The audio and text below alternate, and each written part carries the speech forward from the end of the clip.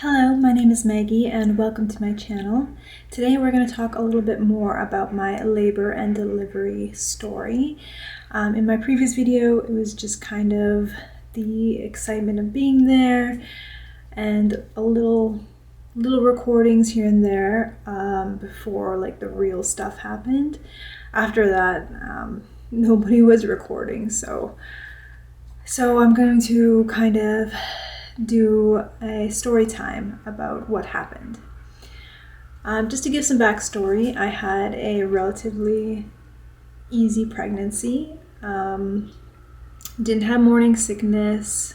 Didn't really have any of like the typical ailments that you would have with pregnancies.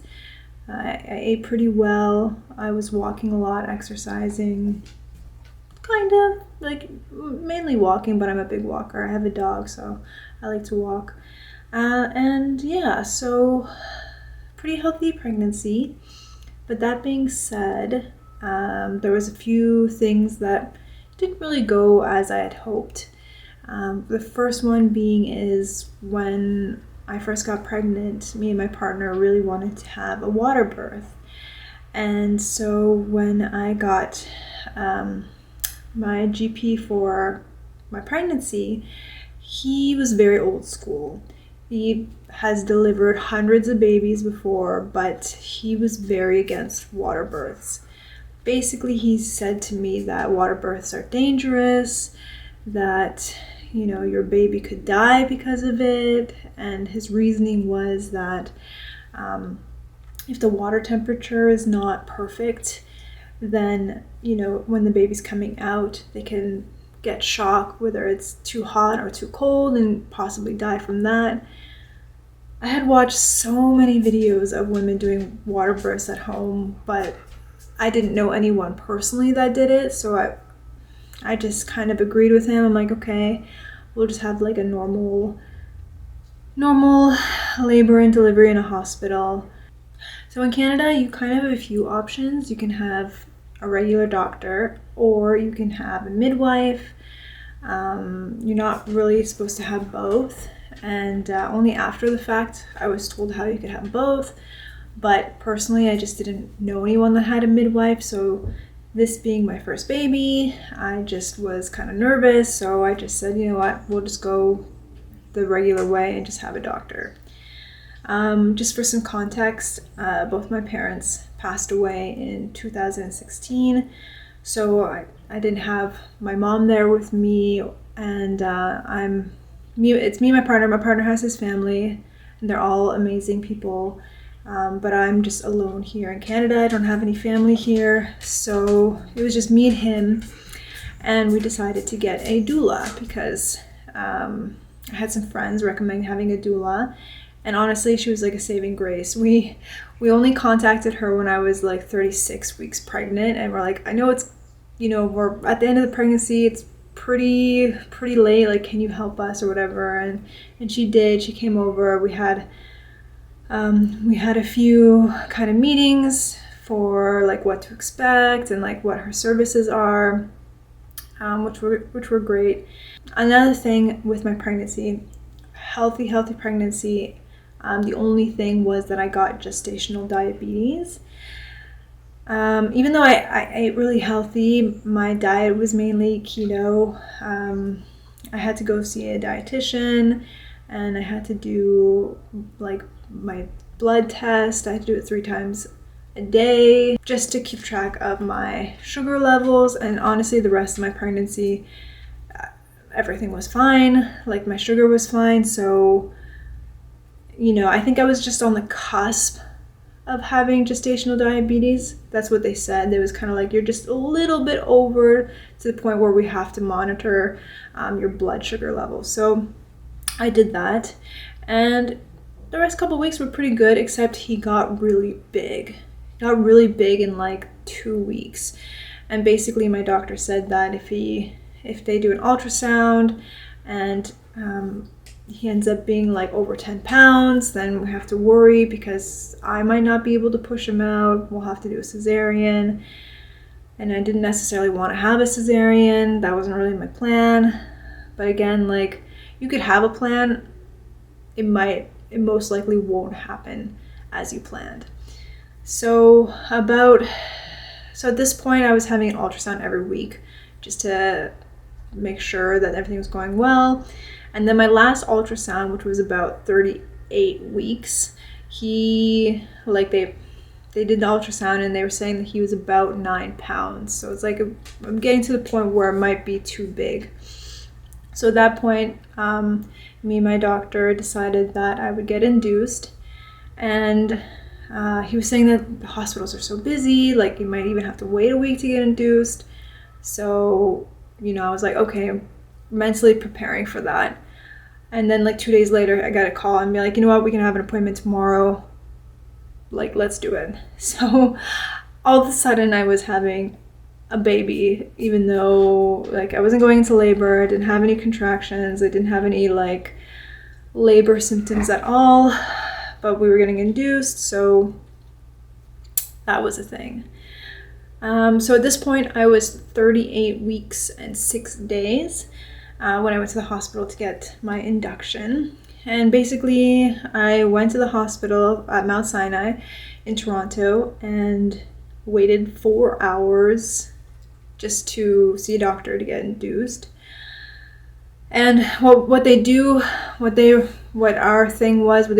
kind of start the induction is they use a Foley balloon, which is this rubber balloon that they insert into you, and then they expand it, and you have to kind of like leave that in you for 12 hours. So I'm waiting. There's like a big room where it's all like curtained off. There's one other woman there. I can hear her, and she's getting an induction before me, and I can hear it happening. And she's crying. She's saying it hurts so bad. She couldn't handle it. She begged them to take it out. It was like horrible to listen to, especially considering that I was next. So after hearing what she went through, I was pretty scared, but the nurse kind of told me like everyone's different. It really depends on your pain threshold. And I would think I have a pretty high pain threshold, so we did it. And let's just say it was very uncomfortable. It did hurt, like it was painful. I can totally understand why that other woman was very stressed and in pain. It did hurt. But I had it inserted, everything was good. And then they tape it to the side of your leg, and they're like, you gotta basically go home and have this sit in you. And basically the idea is that within 12 hours it should fall out, because like your cervix will be about 4 centimeters dilated at that point, and that's when it's kind of like the right time to come to the hospital. So before we leave, I'm like, okay, I need to go to the washroom. I go to the washroom and it falls out, but it like rips out. I could like feel it like kind of rip out, and there's like blood in the toilet, and I'm like, fuck, oh my god. So I asked my partner, I'm like, can you please get the nurse, like this just happened? And then the nurse comes and I tell her what happens, and she's like, really? And she's like, that's probably like the fastest a Foley balloon has fallen out of anyone that she's known of.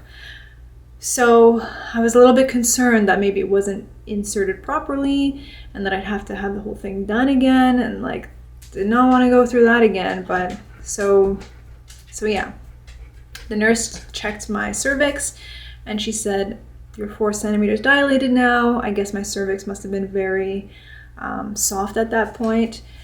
So they said, I don't have to do it again, but go home and then come back in the morning. And, if you do get some contractions overnight and they're unbearable, like if they're at that point where it seems like you're in active labor or going to be soon, you can come to the hospital. But if you don't by that point, wait about 12 hours and come the next day.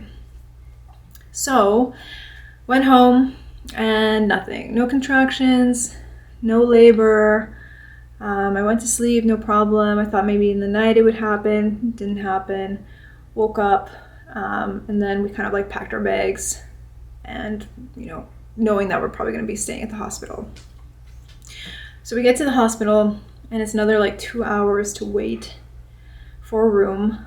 But then we finally got let in, And at Mount Sinai, there's two kinds of rooms that you can get. There's like just a normal room, and then there's a room with a tub. So remember when I previously said I wanted to have a water birth? Well, you can't have a water birth in the hospital, but you can labor in a tub. And I was like, okay, at least I'll do that. I really wanted to do my laboring in a tub. I'm very like water oriented. I really wanted to experience that. So I asked if I could have the tub room, and they had one available. Great. So by the time I get there and get settled in, the doctor comes again, checks my cervix, and it's still only 4 centimeters dilated. And at this point, they were like, here's a few options. We can give you Pitocin, which is a synthetic oxytocin that they give to women to kind of start labor if it hasn't happened yet. They also said that there's another option, like a pill form that you can take that's like less intense, but can't be like regulated because it's like ingested. And then they said we could wait like a little bit. So I wanted to wait till my doula got there. So I didn't want to do anything. Initially I was hoping that I wouldn't do any drugs, and I kind of just want to feel it out, see what it's like. I was open to like getting epidural if it gets like unbearable, but I did kind of just want to see what it felt like before, doing any kind of drugs. So about 2 hours go by, my doula comes, we talk, and they like strapped me in, monitors and everything. They checked my cervix again, and still no change. This is when one of the doctors comes in, and she's basically like, we should start you on Pitocin right away, get this baby out, like chop chop. And I was very, very like taken aback about like how like business oriented this doctor was. She was like, you came here to be inducted, like let's get this done, like let's pump you up with Pitocin, let's get this started. And I was still very like kind of hesitant on that. And my doula was there, my partner was there to kind of advocate for me, being like, no, like can we have other options? So what we did is we started with the medicine, the oral medicine, which I can't remember what it's called, but I will put it up here when I do remember. So it's like an oral pill that kind of also kind of helps start labor. Then and you only take it about every 4 hours. You can only take it every 4 hours.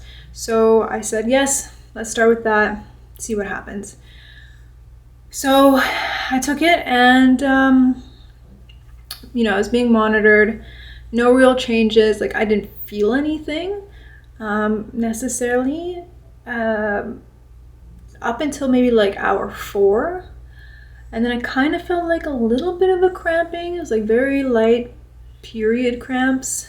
And the nurse was checking me, monitoring me. And basically through the monitor, they could tell that I was having contractions, but I didn't feel them. So it was like the beginning of contractions. So, labor is starting. Had my cervix checked again at 4 hours. There was like a little bit of change. I think at this point it was like 5 or 6 centimeters dilated. Great. Again, they're like, do you want to go on the Pitocin, get this kind of going faster? And I'm like, no, like I'd rather do the oral medication and kind of see how that goes. So they're like, the nurses were really great, but the doctor was kind of like, okay, fine. So I took that, and that's when I started feeling it. I started feeling the contractions, and they're painful. No one could really describe what contractions felt like to me, anyone that I had spoken to. And from my experience, the beginnings of contractions felt like very bad period cramps. And they were kind of like every couple of minutes, like, ugh, and it was starting to hurt. At this point, I'm like, I want to, labor in the tub. So thankfully all the monitors are waterproof, so you can put them on and hop in the tub. So we did that for like another 4 hours, and yeah, I'm trying to remember what happened. This was 9 months ago now. So the contractions were working. They checked my cervix. I was still like about 7 centimeters dilated. At this point, they were like, and the baby was starting to push out, but I wasn't dilated enough. So at this point, I was very, very tired already.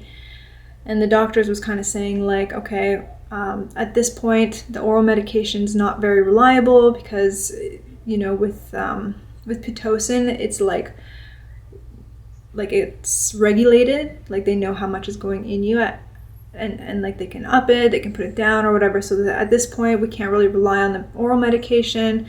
Like, can we switch to Pitocin? And I said yes, because I wanted to get this going. I felt like it was like coming, and I was like, okay, let's start the Pitocin.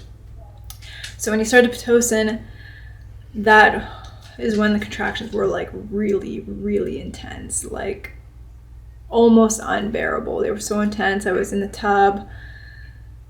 At this point, sorry, you can't be in the tub when you're doing Pitocin. So at this point, I was in the bed, and like when I was in the tub, I was like, it hurt, but like being in the water made things a lot more comfortable. Whereas like at this point, I'm just laying on the bed with the Pitocin coming in, and the contractions were so unbearable. But I was still like, okay, no epidural yet, I can still do this. So I checked my cervix again, and still no change. So like at this point, I'm having contractions, and like the baby's pushing against my cervix, but I'm not dilated to this 10 centimeters. And they were getting concerned. So at this point, they were like, this had been, I think we had been at about like 18 hours in the hospital, maybe a little bit longer now. And they basically said, here's your here's like hypothetical scenarios and your options. We can have the cesarean. You're not at a point where it's an emergency, and we would recommend the cesarean. They said we can kind of keep trying the Pitocin, but it could get to a point where you're not dilated enough, but the contractions are so intense that you're going to have a cesarean anyways, and it could be like an emergency, putting you in the danger and your baby in danger. And at this point, I was so exhausted, and I knew that like I don't think I could handle like another couple of hours of these contractions without an epidural. So I was like, you know what? Let's do the epidural, because it was getting so intense that like I knew like if I did need to get an emergency cesarean, and like the epidural, and like the way the contractions hurt so much, you have to be very still when they do an epidural. And it's not like a quick prick. It's like a couple of minutes of you being very still. So like I knew at that point, I'm like, okay, I can still handle it. I can still kind of like have composure. So I said, let's do the epidural. So they did the epidural, and the doctor was really great. I was super nervous because like they do make you sign a paper saying like, there could be complications, like we're not liable if it happens, blah, blah, blah. And at this point, I'm like, fuck, like, I'm panicking a little bit, but I'm okay, let's do it. So we did the epidural, went well, no problem. And then they gave me the epidural, and I was starting to feel okay. And then we just waited for our appointment for the cesarean.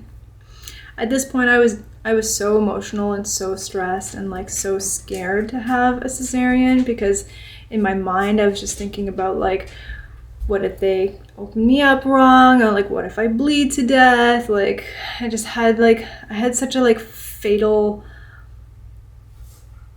thought about like the process of having a cesarean, and like I knew in the back of my head, like, this is like the best hospital in Toronto, the surgeons are professional, they've done this probably like hundreds of times, like in my mind I knew that I would be okay, but like for whatever reason I was just like panicking. So I was just crying the whole time, like not hysterically, but just like tears like flowing down my face. And then they rolled me to the OR. My partner was there. Again, I'm just crying the whole time.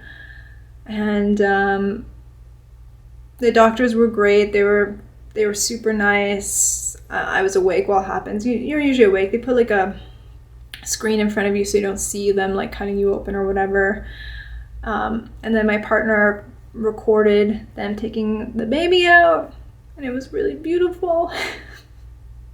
So stressful, but so beautiful. And they sang happy birthday to him and they took him out.